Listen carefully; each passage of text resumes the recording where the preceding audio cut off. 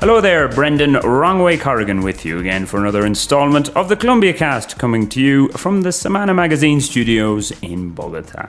Today I'm delighted to say that we have a woman of the moment with us, singer Katie James. Her new single, and I've messed this up, Toitico bien empacao. Yeah, that's pretty good. Well, it has almost, you just have to tell me, okay, there's almost 235,000 YouTube plays, but on Facebook, 2.6 million shares and likes and what? Like, I mean, amazing. Now, not only that, but in this city the last month, because it was uploaded on YouTube, your new single, last month, I've been in my barrios populares, which I like, places that normally they don't know too many things, we'll say, about Ireland or whatever, but they know I'm from Ireland, and they go, oh, you're from Ireland, we've just heard about Katie James and her new single and a new song. It's caught the imagination of Colombia, it seems. Where did the inspiration for this song? And tell us a bit about it, because obviously there's people who can listen to the song, but it's in Spanish, so English speakers may not understand exactly. So what's it all about? Okay, well, hello everyone, first of all. Hello there. Okay, well, I've lived in Colombia most of my life. I arrived here when I was just 2 years old. And the first half of my life I lived in the countryside, like a really remote area on a farm, no electricity, growing our own food, really living like our neighbors and the peasants lived. So afterwards, when I moved to Bogota, which was over 10 years ago, like I noticed how contrasting these two lifestyles are, and how like separate people from the cities have become from people in the countryside, and how they don't know much about their grandparents or their ancestors, or they don't know where the food comes from or how it's grown. And I mean, the actual sentence that I'd say gave birth to this song was, I was talking to an Italian friend and he was asking me about Colombia, and I said, it's interesting that a lot of people from Bogota don't recognize a coffee plant. And when I said that, we looked at each other and he said, you have to make a song about that because it's so symbolic. It means so much, because Colombia, well, is one of the main coffee producers in the world. And it's true that a lot of people in Bogota and the main cities would not recognize a coffee plant. Yeah, exactly. Now, it should be the national symbol. I'm not sure if it is, though. I think actually the national symbol is that palm tree, what you call it, the famous palm tree in the Eje Cafetero. But yeah, it's true. They wouldn't recognise it, and that distance. So this song basically. All right. So the song, right? To tell, it's the title, by the way, that I mess up all the time. It's what does that mean in English? All right. Toitico bien empacao. I mean, it's those things that you can't really translate, but it would mean something like everything is perfectly packed up, in a package. Okay. In a package, something. That's like how it arrives. That's how it grows on the tree, and it arrives in our shop. In a package, yeah. So people think the song. I mean, it's a humorous song, and it's all done through food. Yes. So I'm saying like, so how was your coffee this morning, and how was your arepas? It's like this lots of typical Colombian foods, and the ajiaco, which is a typical Colombian soup. Are you enjoying your breakfast? And then I say, excuse me to interrupt you, but do you actually know where this comes from, or do you know about the molienda, which is where they mill the cane, or is sugar just a bag that comes in the store? And then the chorus says, and tell me, what do you know about your land? What do you know about your grandmother? What do you know about maize? I mean, maize is one of the main indigenous foods. Or have you forgotten your roots? It really doesn't translate well into English. It sounds kind of a bit banal. But it also, like the words that I've chosen in Spanish and the way that I'm speaking is a very like country way of speaking. So I don't know, people have just really identified. Yeah, and I think that you've hit the nail on the head in that it's a country way of speaking. And the barrios that I love so much in this city is where you will get a lot of the country folk, or those who are, a lot of their work is related to the land, they're selling fruit and veg on the street or whatever. So I think it's obviously touched with those people.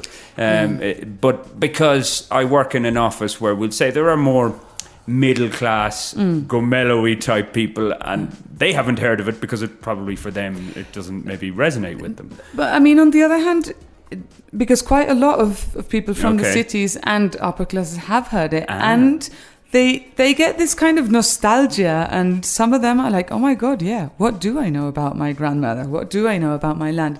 So, like, without really planning it, I seem to have touched got to the extremes, we'll say. Yeah, it's a good point. Now, we are, of course, going to hear it. You've brought your guitar with you, an unplugged version, which will be the first time on the Columbia Cast. I'm looking forward to that. I should have learned the words and we could have a duet. Yeah, you could sing along with me. Yeah, I'll get the last bit or something. Okay, I'm going to start learning. No, but to come back to this idea of the countryside and reconnecting with it, I'm a campesino. From Ireland, from the countryside. But of course, in Ireland as well, it's not like, in my particular case anyway, we had beef cattle, but we didn't grow our own corn or potatoes normally because, my dad had another job that was much more profitable. So we just had the cattle that was a little bit of an extra income or whatever. But when I was in rural parts here, and you had this upbringing, I take it, that it was a self-sustainable farm and you got everything from it. Yeah, pretty much. We never reached like 100%. Okay. But most of the food that we ate was grown on our farm, all organically. And what we did was like mix the crops that my mum already knew about. My mum's English, by the way. Yeah. So obviously carrots and tomatoes and whatever, onions and standard stuff beetroot, from home. Stuff that. And then we learned all about these other Colombian crops that, I mean, some of them don't even reach the cities within Colombia, because they don't have a perfect shape or whatever. Yeah, like the I talk about the jota in the song. It's like this kind of potatoey type of food. There's another thing that's bore. And anyway, we learned to grow all these crops. We learned from our neighbors, from the peasants that lived in that area, and they were really proud to show us. And the other interesting thing is that these crops usually grow like with no compost, and you definitely don't need to fumigate them or any pesticides or anything because it's their natural environment. Yeah. Whereas if you're going to grow tomatoes, you have to, sometimes we would just give up because, we grow everything organically and there's just too many pests. Yeah, exactly. Yeah, they'd be it. And would you even need we had a greenhouse at some point. Yeah. Okay.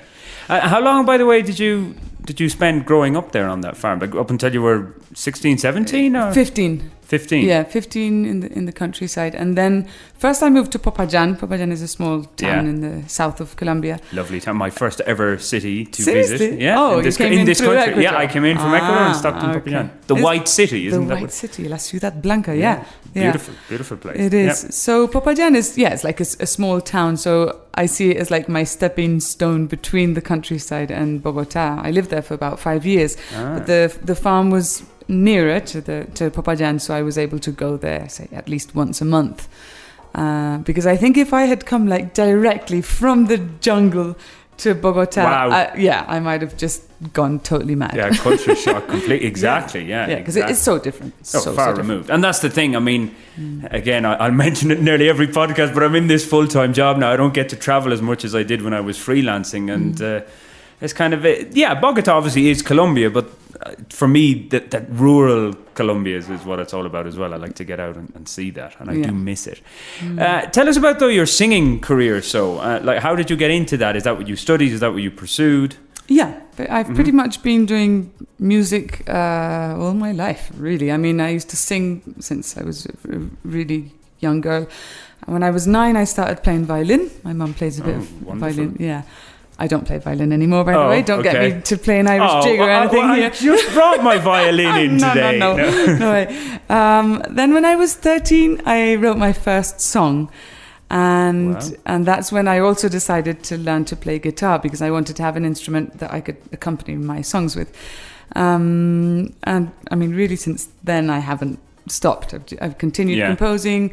Then while I lived in Popayán, I studied like a bit of classical guitar in the conservatoire there, and then I actually did a full music degree here in Bogota in the Universidad Inca de Colombia. Okay. So that was like a 5-year degree, and then with music you never finish learning, as it were. Course. Yeah. So after that I went traveling around South America for about a year, also learning about South American music. I went to Ecuador, to Peru, and to Chile. I wanted to learn a bit more about the folk music, and I think usually the best way is just to go there and really meet the musicians and play with them. Yeah. And I mean, I learned about, say, rhythms that I had never even heard of here in Colombia. For example, al basso in Ecuador. You never hear about it here. No, it's a bit like, say, in Europe, because I was there recently. If you talk about South American music or Latin American music, usually people think, oh yeah, salsa.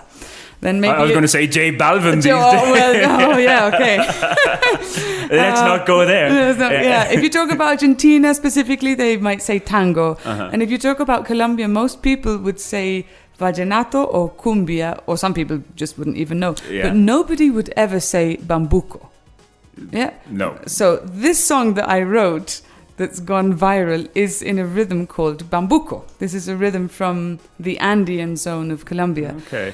And I just find it interesting to like explore these other rhythms that are not so popular or not so well known abroad, and they're absolutely fascinating. Yeah, what's the one from the Llanos here?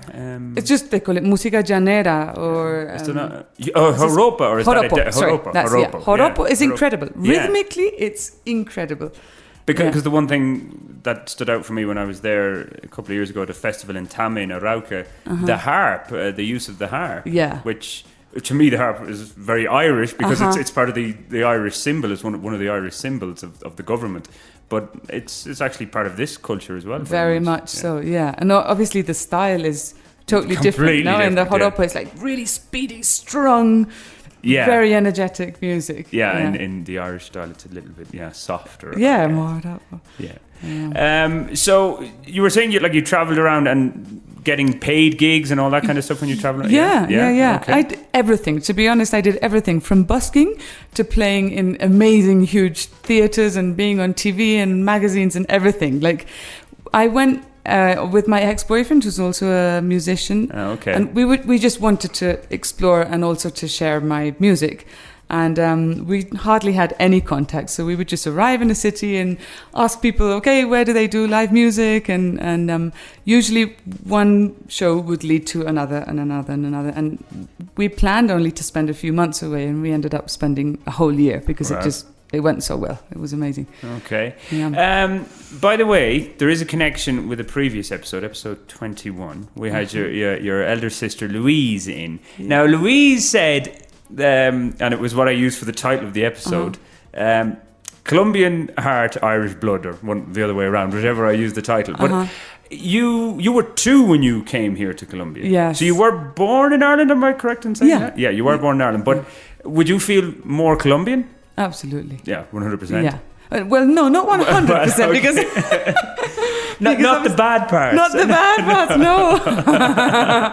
Yeah, but culturally, I am very Colombian. And I noticed it more when I went back to Europe, because I spent the last 14 months mainly in Scotland, and also went to Holland, Italy. Actually, I didn't go back to Ireland, which is something I have to do. Terrible. Yeah, oh my God. I was always like, I was planning to do it, and then it never happened. How's your Scottish accent? No, oh my God. I shouldn't do that. Yeah, no, I didn't manage to get a Scottish accent. No, I only prefer the accent to have. Yeah. But yeah, when I was there, I realized how Latina I am, because my way of expressing myself, or often things that I wanted to say in English, I was like, oh, how do you say that? Because the words just came to me in Spanish. Okay. So I was 2 when I arrived here. Obviously, at that age, I think you don't recall many memories. Or I don't recall any memories at all of Ireland before. Yeah, because obviously Louise had told us about the journey across, which she was 6. Yeah, of course. Yeah. So I envy her, because she has memories of all that journey, which was amazing. It was a whole year traveling to get to Colombia. Yeah. No, I was still in my nappies. Of course. So my first memories are already on the farm, which was in Tolima, here in Colombia. And then I did go back to Ireland a few times. And obviously there has been an influence, for example, in music. In my family, they were always playing Irish music. My dad is the Irish one. He didn't live with us much at all. But the short times he spent with us, he used to play Irish tunes. And I think I inherited a lot of my like Irish. The Irish background. my musical genes from my from- dad. okay, Yeah. I mean, the okay. Irish are so musical, aren't they? Oh, that's it. At the drop of a hat, we can sing a song. Go on, Brendan. Sing us a song. Yeah, well, later, yeah, when this isn't recording. Yeah. No, it's true. So, by the way, those 14 months you were in Europe, what were you touring as well, or what was the plan? Or what were you doing? I mean, I went over because one of my sisters lives in Edinburgh, Okay. the middle sister between Louise All and right. myself, and I hadn't seen her for 3 years. I wanted to meet up with her and her 2 sons, and then I just also wanted to get to know Europe a bit more, and I was invited to a guitar festival in Italy, Nice. and then.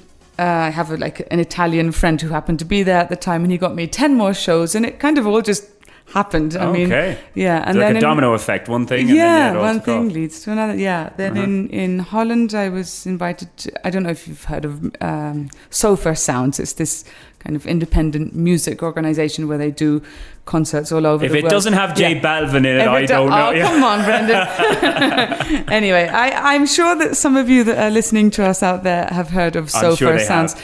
So, yeah, and then in Edinburgh, I mean, the music scene in Edinburgh, like in Ireland, is Yeah. amazing. There's just music everywhere all the time. So I ended up performing there quite a lot. And contrary to what I expected, I ended up singing a lot more South American music than music in English. Because when I planned to go over there, I thought, okay, I need to, write more songs in English or learn more songs in English. But everyone was like, no, sing us your Colombian songs and sing us. Yeah, they just found it fascinating. Right. Okay. And so for me, it was really interesting. I ended up learning more South American songs to sing for them over there.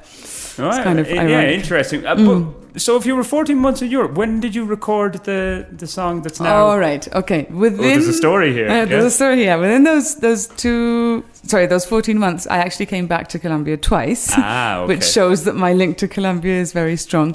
And so the song, I wrote it actually before moving to Edinburgh, so it was about a year and a half ago, but I hadn't recorded it. Then on my last visit to Colombia, which was only 3 months ago, I was on my farm and a friend came to visit me.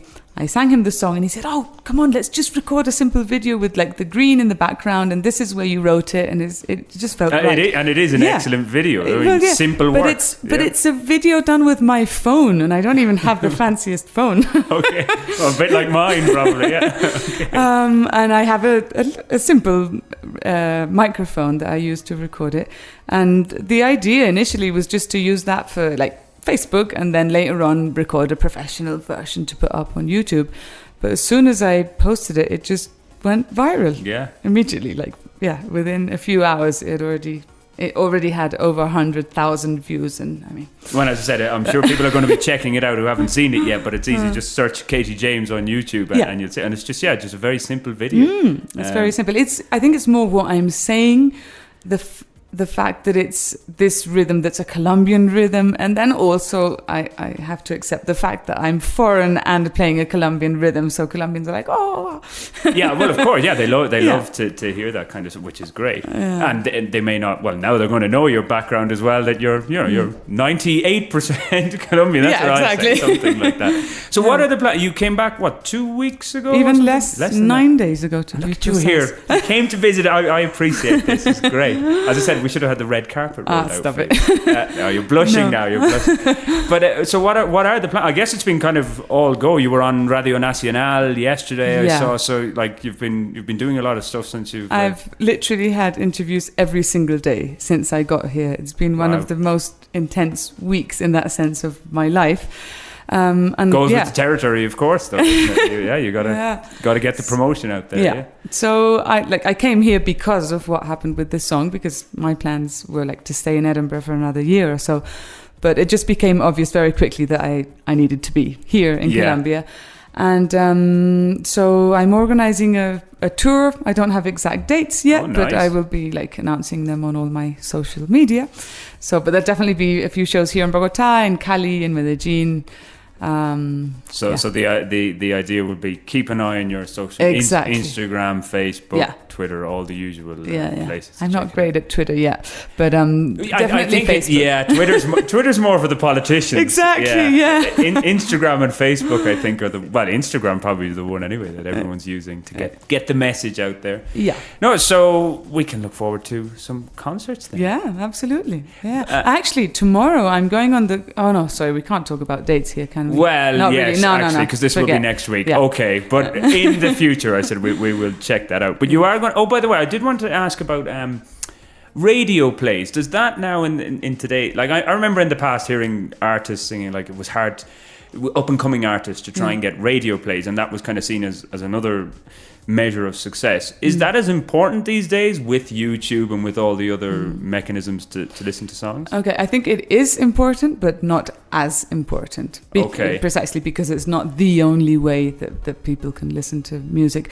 But, for example, on Radio Nacional, they already said, as soon as you have your studio version, which I recorded a couple of days ago, Great. They said, bring it here, and they're going to play it on radio. So obviously, it's not a song that's going to be played on the main radio stations in Colombia because of the genre of the song, but definitely it's going to be played in a lot of the more I don't know what the word is. Well, alternative, I guess. Yeah. I'm just trying to think. Yeah, the home for it, because there's a couple that play a lot of vallenato, but that probably wouldn't fit in there, would it? No. Yeah.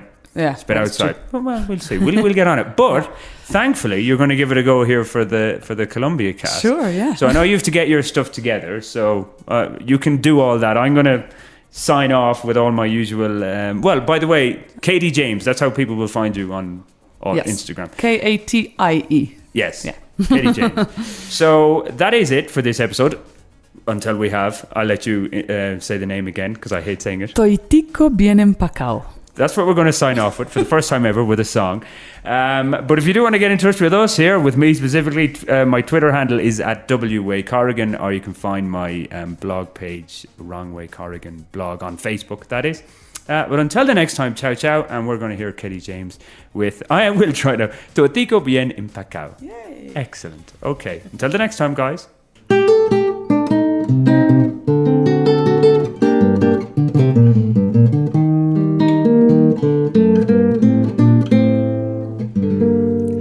¿Qué tal su café? ¿Cómo estuvo su agua y panela? Qué buenas arepas las que prepara doña Rubiela. ¿Qué tal el ajiaco con el frío de la mañana? Y el sabor de la papa que traje fresquita y en la sabana.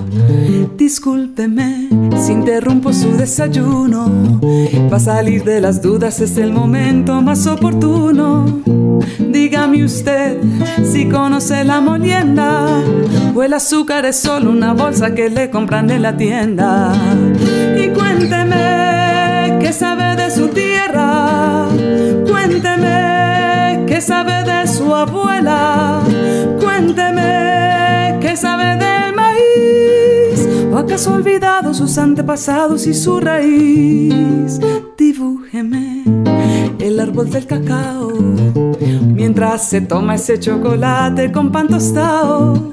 Dígame su merced que sabe del asadón. Ese es el que le trae a usted la sopita hasta el cucharón. Y cuénteme qué sabe de su tierra, cuénteme qué sabe de su abuela, cuénteme qué sabe del maíz, o acaso ha olvidado sus antepasados y su raíz.